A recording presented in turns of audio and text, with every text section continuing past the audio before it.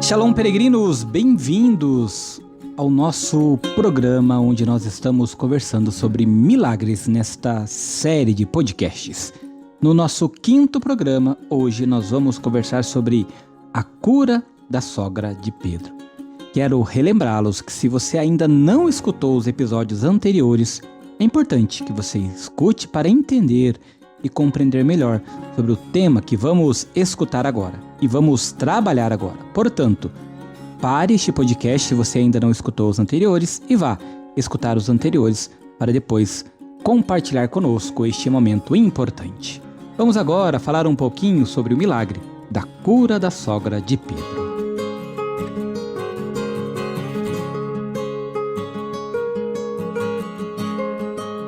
Peregrinos, é importante que para compreendermos o milagre da cura da sogra de Pedro, nós tenhamos que ir até o Evangelho de São Marcos, capítulo 1, versículos de 29 a 31.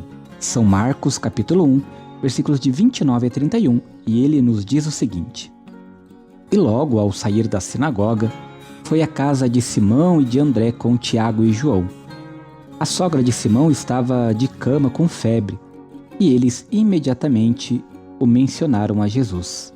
E aproximando-se, tomou-a pela mão e a fez levantar-se. Então a febre a deixou, e ela pôs-se a servi-los.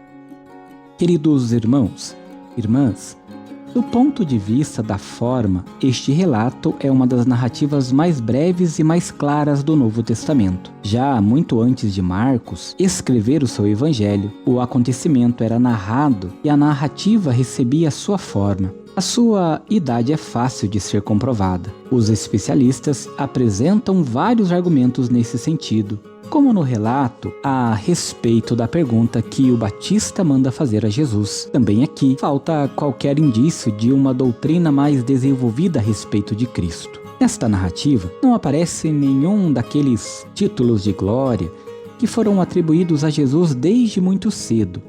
Não se fala do Messias, do Cristo, nem do Senhor. A exposição também não contém acentos teológicos específicos. Por fim, não identificamos nenhum interesse missionário pela pregação, como notamos, por exemplo, na narrativa da expulsão de um demônio por Jesus na sinagoga em Cafarnaum, lá em Marcos capítulo 1, versículos de 21 a 28. Por outro lado, porém, o texto contém um elemento que não se encontra de modo tão palpável em nenhuma das outras narrativas de milagres dos evangelhos. Não é qualquer outra pessoa, ou uma mulher desconhecida qualquer que Jesus cura. A enferma nos é apresentada como a sogra de Simão. Simão era o primeiro do círculo dos 12 e um dos homens mais conhecidos das comunidades cristãs primitivas. Não há dúvida de que esta indicação concreta, dentro do nosso texto, nos garante que se trata de uma recordação histórica e, por isso mesmo, nos oferece um ponto de apoio historicamente seguro que remonta à época de Jesus.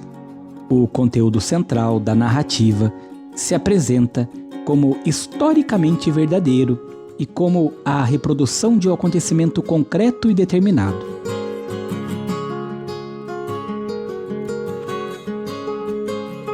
O núcleo histórico central foi desde muito cedo revestido de um esquema de apresentação bem determinado, isto é, da forma clássica da narrativa helenística do milagre que já conhecemos.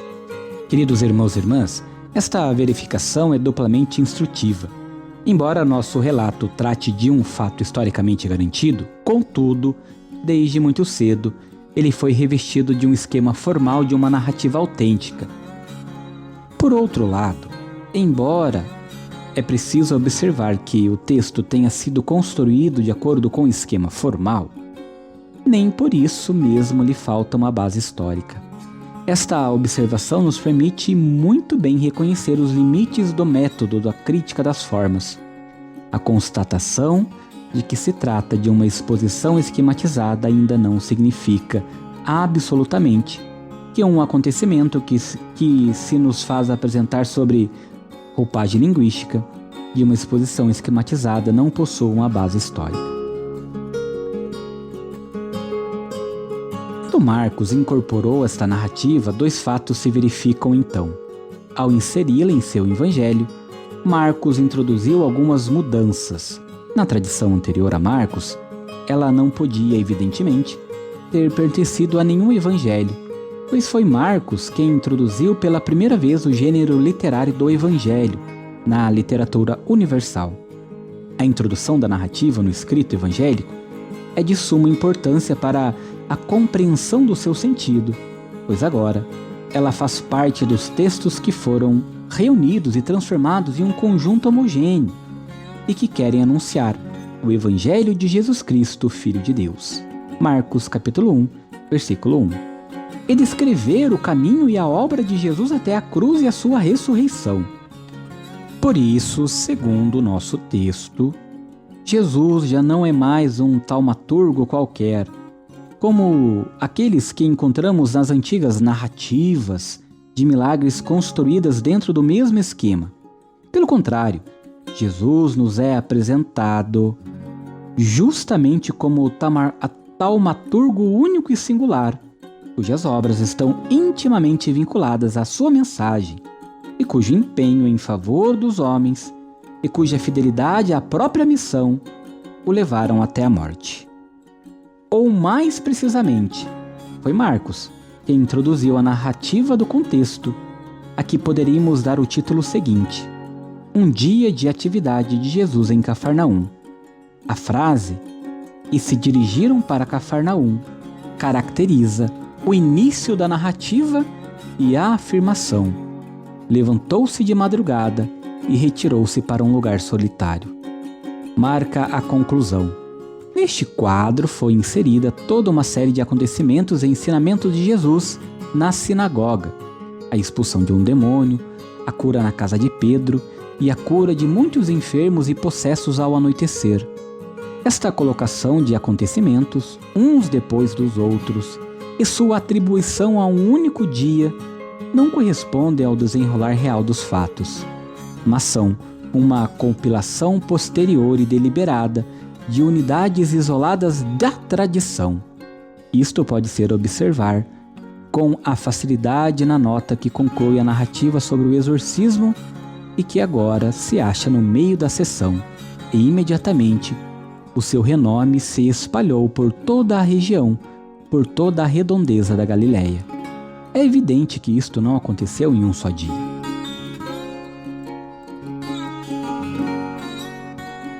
Da inserção da nossa narrativa neste contexto, resultou uma estreita relação com a frase "Ele ensinava com quem tem autoridade".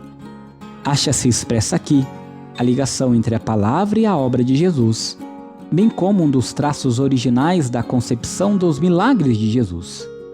Dentre as mudanças que Marcos introduziu no conjunto dos textos recebidos, mencionamos pelo menos uma que é fácil de verificar.